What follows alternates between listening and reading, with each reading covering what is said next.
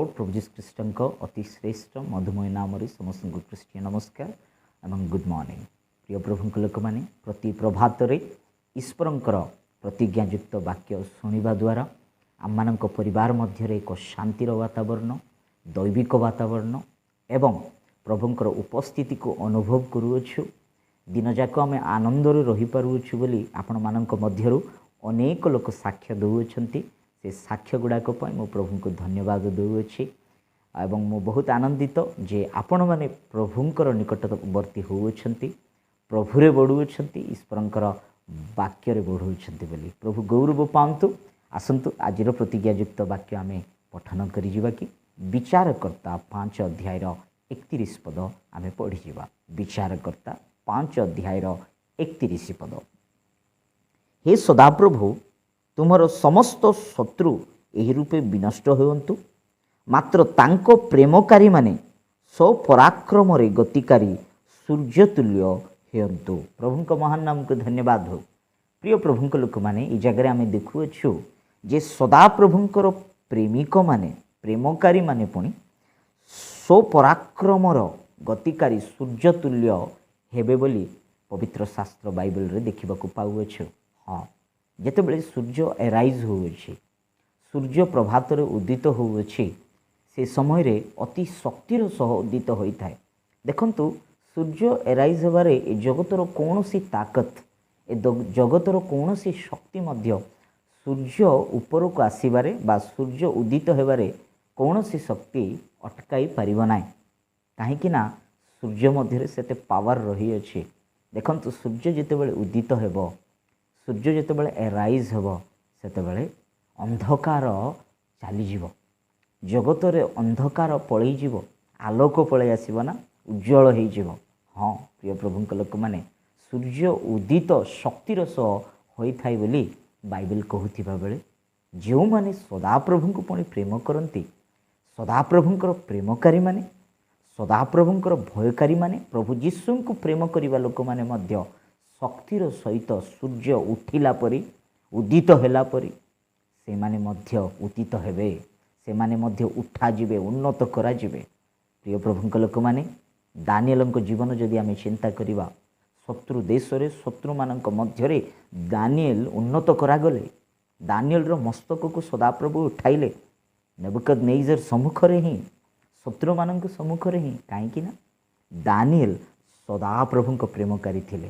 प्रिय प्रभुंक लोक माने दानिएल जने प्रार्थनाकारी व्यक्ति थिले। He was a prayer warrior, प्रार्थना करिबा व्यक्ति, प्रभु को समय देवा व्यक्ति, प्रभु को प्रेम करिबा व्यक्ति।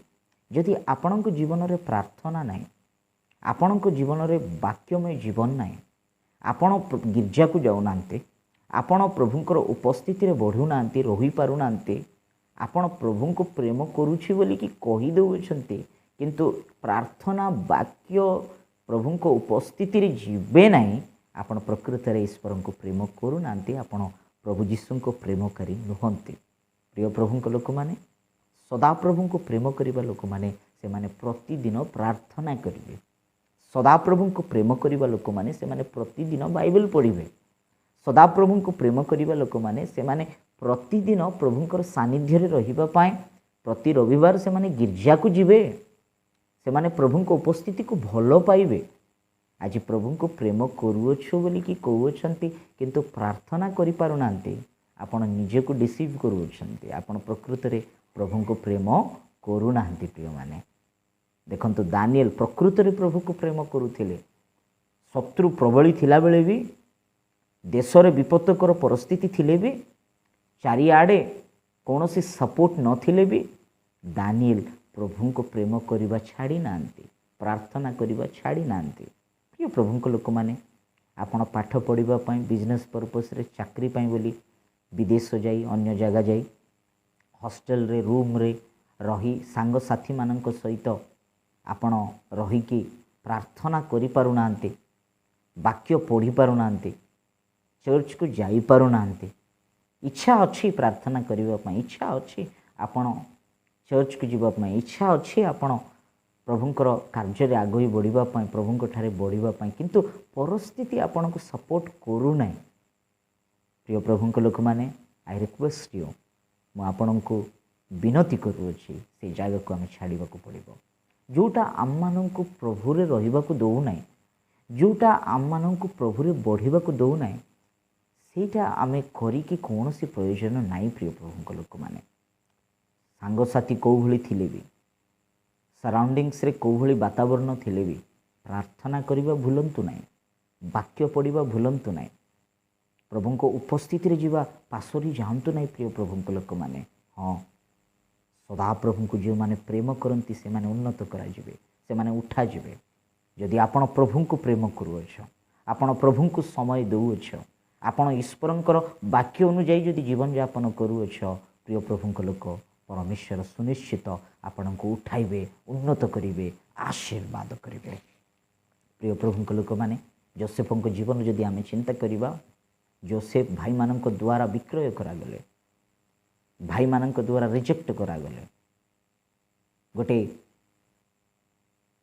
ମିଶ୍ର ଦେଶରେ, ଅନ୍ୟ ଦେଶରେ ଯାଇକି ଦାସତ୍ୱ ମଧ୍ୟରେ ରହିକି ଚାରିଆଡ଼େ ଅଚିହ୍ନା ଲୋକମାନଙ୍କ ମଧ୍ୟରେ ସେ ବାସ କରୁଥିବା ବେଳେ, କାରାଗାରରେ ରହିଥିବା ବେଳେ, ପ୍ରିୟ ପ୍ରଭୁଙ୍କ ଲୋକମାନେ, ବହୁତ ଦୁଃଖ, ବହୁତ କଷ୍ଟ, ବହୁତ ସମସ୍ୟା ଯୋସେଫଙ୍କ ଜୀବନରେ ଆସିଥିବା ବେଳେ ଯୋସେଫ ପ୍ରଭୁଙ୍କୁ ପ୍ରେମ କରିବା ଭୁଲି ନାହାନ୍ତି, ପ୍ରଭୁଙ୍କ ନିକଟରେ ପ୍ରାର୍ଥନା କରିବା ପାଶରେ ଯାଇନାହାନ୍ତି, ପ୍ରଭୁଙ୍କୁ ଭୟ କରିବା ଭୁଲି ଯାଇନାହାନ୍ତି। ସେଇଥିପାଇଁ ପ୍ରିଜନରୁ ପ୍ରାଇମ୍ ମିନିଷ୍ଟର ଭାବରେ ପରମେଶ୍ୱର ଯୋସେଫଙ୍କୁ ଉନ୍ନତ କଲେ, ଆଶୀର୍ବାଦ କଲେ, ମସ୍ତକକୁ ଉଠାଇଲେ।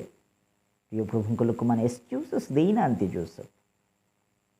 ସେ କୌଣସି ଜାଗାରେ କେମିତି ପରିସ୍ଥିତିରେ ଥିଲେ ବି ଯୋସେଫ ପ୍ରଭୁଙ୍କର ଭୟକାରୀ ଥିଲେ, ପ୍ରଭୁଙ୍କ ପ୍ରେମକାରୀ ଥିଲେ। ସେଇଥିପାଇଁ ସମୟରେ ଯୋସେଫଙ୍କୁ ପ୍ରଭୁ ଉଠାଇଲେ। କେତେ ଉଠାଇଲେ ମାନେ, ଭାଇମାନେ ଆସିକି ପ୍ରଣାମ କରିବା ଏତେ, ଭାଇମାନେ ଆସିକି ରେସ୍ପେକ୍ଟ ଦେବା ଏତେ, ଭାଇମାନେ ଆସିକି ହେଲ୍ପ ମାଗିବା ଏତେ, ଯେଉଁ ଭାଇମାନେ କି ଭାଇକୁ ତୋଡ଼ି ଦେଇଥିଲେ, ବିକ୍ରି କରିଦେଇଥିଲେ, ସେ ଭାଇମାନେ ଲାଷ୍ଟକୁ ଯୋସେଫଙ୍କ ପାଖକୁ ଆସିଲେ।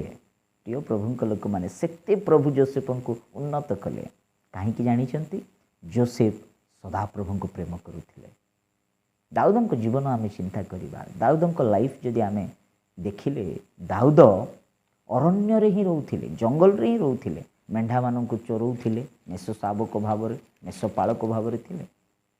ଦେଖନ୍ତୁ, ବେତଲେହେମର ଜମିମାନଙ୍କୁ, ବେତଲେହେମର ଜଙ୍ଗଲରେ ବୁଲୁଥିବା ଦାଉଦ, ଅରଣ୍ୟ ଅନୁଭବରେ ରହିଥିବା ଦାଉଦ, ଏତେ ଟାଉନରେ ରହୁନଥିଲେ ଦାଉଦ, ପରିବାର ସହିତ ରହୁନଥିଲେ ଦାଉଦ, କିନ୍ତୁ ଦାଉଦଙ୍କୁ ପରମେଶ୍ୱର ଦେଶର ରଜା ଭାବରେ ଉନ୍ନତ କଲେ, ରଜାର ସିଂହାସନରେ ବସାଇଲେ। ମାନେ ଦାଉଦ ପ୍ରକୃତରେ ସଦାପ୍ରଭୁଙ୍କୁ ପ୍ରେମ କରୁଥିଲେ। ସେଥିପାଇଁ ବାଇବେଲ କହେ, ପରମେଶ୍ୱର ଏଇଭଳି ସାକ୍ଷ୍ୟ ଦେଉଛନ୍ତି, ଦାଉଦ ମୋର ମନର ମତ ବୋଲି। ହଁ ପ୍ରିୟ ପ୍ରଭୁଙ୍କ ଲୋକମାନେ, ପ୍ରଭୁଙ୍କ ପ୍ରେମକାରୀମାନେ, ସଦାପ୍ରଭୁଙ୍କ ଭୟକାରୀମାନେ ଉଠାଯିବେ, ଉନ୍ନତ କରାଯିବେ, ଆଶୀର୍ବାଦ ପାଇବେ ସେମାନେ। ଆଉ ସେମାନେ ଉନ୍ନତ ହେବାରେ ଏ ଜଗତରେ କୌଣସି ଶକ୍ତି ଅଟକାଇ ପାରିବ ନାହିଁ। ଆଜି କେଜାଣେ ଅନେକ ଲୋକମାନେ ଆପଣଙ୍କୁ କହିଲେ ବିନାଶ ହେଇଯିବ, ଏ ନଷ୍ଟ ହେଇଯାଉ, ଏ ବିଜନେସ୍ରେ ନ ବଢ଼ୁ, ଚାକିରି ଆକୁ ନ ଆସୁ, ଭଲ ସମ୍ବନ୍ଧ ନ ଆସୁ, ଭଲ ବିବାହ ନ ହୁଅନ୍ତୁ, ଏମାନେ ଭଲ ନ ପଢ଼ନ୍ତୁ, ଦରିଦ୍ର ହେଇଯାଆନ୍ତୁ ବୋଲି ଲୋକ ବହୁତ କାମନା କଲେ। ଆପଣଙ୍କୁ ଦେଖି ସେଇଭଳି ଇଚ୍ଛା କଲେ ଇଏ ଭଲ ନ ପଡ଼ୁ ବୋଲିକି ଲୋକ କହିଲେ। କିନ୍ତୁ ମନେ ରଖିଥାନ୍ତୁ, ଯଦି ଆପଣ ପ୍ରଭୁଙ୍କର ପ୍ରେମକାରୀ ହେବେ, ଯଦି ଆପଣ ପ୍ରଭୁଙ୍କ ଭୟକାରୀ ହେବେ, ଈଶ୍ୱରଙ୍କର ବାକ୍ୟର ପ୍ରେମୀ ହେବେ, ପ୍ରଭୁଙ୍କ ବାକ୍ୟକୁ ଅନୁସରଣ କରିବେ, ସୁନିଶ୍ଚିତ ପରମେଶ୍ୱର ଆପଣଙ୍କୁ ଉଠାଇବେ। ପ୍ରିୟ ପ୍ରଭୁଙ୍କ ଲୋକମାନେ, ଆମ୍ଭେ ବିଶ୍ୱାସ କରିବା ପ୍ରଭୁ ସେ କ୍ଷତ ରାଶିରେ ଥିବା ଦିନହୀନମାନଙ୍କୁ ଉଠାଇବା ପରମେଶ୍ୱର।